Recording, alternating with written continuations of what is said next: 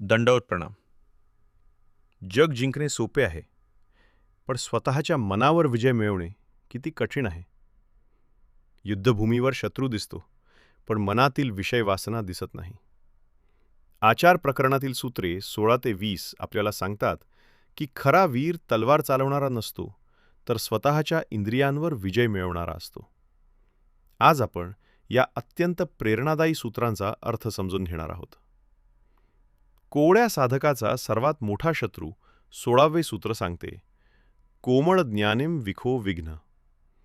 ज्यांचे आध्यात्मिक ज्ञान अजून प्रारंभिक अवस्थेत आहे, अशा साधकांसाठी विषयसुखे हे सर्वात मोठे विघ्न असतात. जसे नुकतेच लावलेले रोपटे जोरदार वाऱ्याने सहज वाकते, तसेच नव्या साधकाचे मन विषयांच्या आकर्षणाने सहज विचलित होऊ शकते. म्हणून आध्यात्मिक जीवनाच्या सुरुवातीला विशेष सावधगिरी आवश्यक आहे. खरा वीर कोण? 17वे सूत्र अत्यंत प्रभावी आहे. नरवीरू आती, परी विषय वीरू नाही. जगात शारीरिक शौर्य दाखवणारे अनेक वीर सापडतील, पण स्वतःच्या मनावर, इंद्रियांवर, वासनांवर आणि मोहावर विजय मिळवणारा वीर अत्यंत दुर्मिळ असतो. महानुभाव तत्वज्ञान सांगते, खरे युद्ध बाहेर नसते, ते आपल्या अंतःकरणात असते. आणि जो हे युद्ध जिंकतो, तोच खरा विषयवीर आहे. विषयांचा त्याग किती कठीण. 18वे सूत्र सांगते, धर्म नष्ट आती, परी विषय नष्ट नाही. अनेक जण धर्म सोडतात, साधना सोडतात, परंतु मनातील विषयांची ओढ पूर्णपणे संपवणे अत्यंत कठीण असते. याचा अर्थ असा की बाह्य आचरण बदलणे सोपे आहे, पण अंतर्मन शुद्ध करणे ही खरी साधना आहे. विषयांपासून पळू नका, त्यांना जिंका.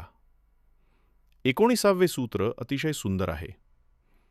पुरुषू जवजव पळे, तव तव विखो पाठीन लागे.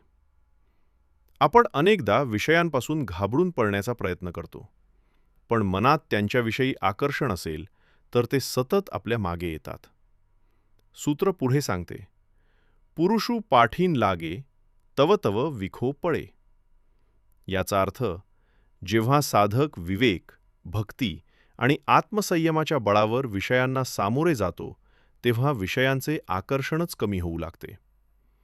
येथे सामोरे जाणे म्हणजे विषयांचा उपभोग घेणे नव्हे, तर त्यांच्यावर मनाचा विजय मिळवणे होय. सामान्य जनसंग का टाळावा? 20वे सूत्र सांगते, तुष्टला जनुतरी विखो संपादिल, रुसला तरी प्राणाघतईल. श्री चक्रधर स्वामी येथे सामान्य सांसारिक संगतीबद्दल सावध करतात. जर अशा लोकांना आपण प्रसन्न केले, तर ते आपल्याला विषयभोगांकडे ओढू शकतात. आणि जर ते नाराज झाले, तर ते दुःख, विरोध किंवा त्रास निर्माण करू शकतात. म्हणून सूत्राचा निष्कर्ष आहे, उभयताम जनसंबंधू त्याज्य. याचा अर्थ, सर्व लोकांचा त्याग करणे नव्हे, तर अशा संगतीपासून दूर राहणे जी आपल्या आध्यात्मिक प्रगतीत अडथळा निर्माण करते. आजच्या काळातील संदेश. आजच्या युगात विषयांचे स्वरूप बदलले आहे.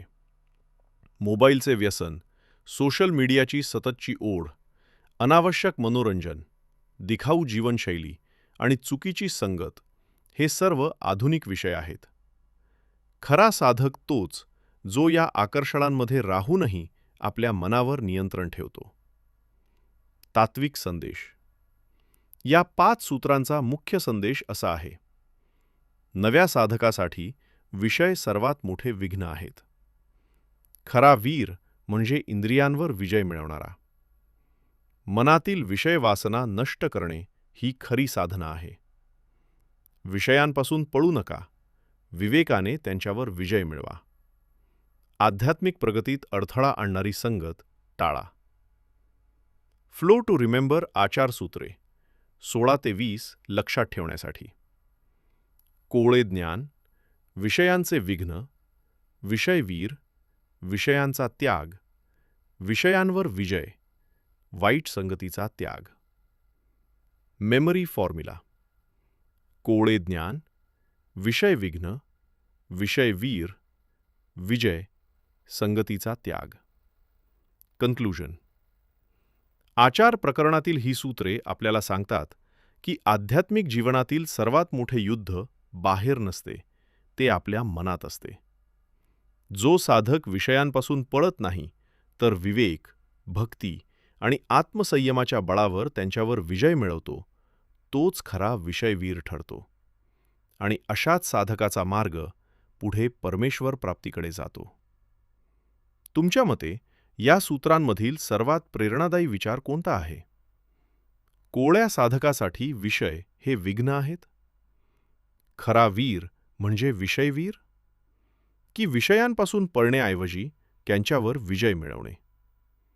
तुमचे विचार कमेंटमध्ये नक्की सांगा. महानुभाव पंथा